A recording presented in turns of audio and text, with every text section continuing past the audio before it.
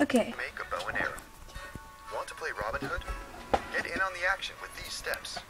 You will need a saw, a knife, a tape measure, a tree with long, straight branches, scissors, thick nylon twine, knowledge of knots, a 25-inch long 3/8-inch dowel rod, a pencil sharpener, a candle, matches, heavy card stock paper, super glue, and targets. Optional, sandpaper and thin, straight branches. A bow and arrow is not a toy. Pointing it at someone could result in serious injury. Step 1.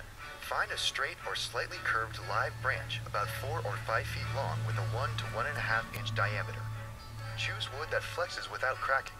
Use a saw or knife to cut the branch from a tree, then whittle off any smaller branches and knots. Step 2. Make a horizontal 1/2 inch deep groove an inch from both ends of the branch, on the outside of its natural curve. Then, carve out the wood forming 2 notches. This is the stave or wooden part of the bow. For a more finished look, whittle the bark off the stave, sand it, and wrap twine tightly around the middle as a grip. Step 3. Measure and cut a piece of twine about 6 inches shorter than the length of the stave. Tie one end of the string securely around one end of the stave on the notch. Tie a slip knot on the other end of the twine, forming a loop. Step 4. If you're right-handed, hold the string-free end of the stave in your right hand and the slip knot in your left. Rest the other end of the stave against the outside of your left foot. Step over the stave with your right foot. Reverse this position if you're left-handed. Step 5. Bend the end of the stave towards the slip knot, using the leg that's in front of the stave as a fulcrum. Slide the loop of the slip knot around the notch and gently release the stave, forming your bow. Remove your leg from between the stave and the bowstring. Loosen the bowstring whenever you're not using the bow to keep it from getting too loose. Step 6. Sharpen one end of the dowel rod with a pencil sharpener.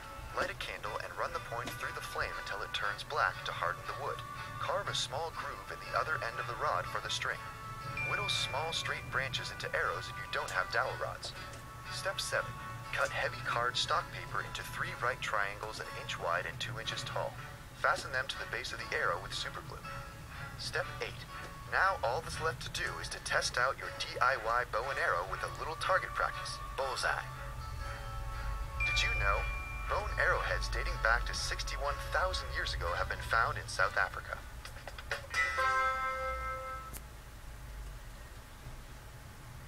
All rights reserved to howcast.com or the TV. Thanks for watching. Ethan Cranky.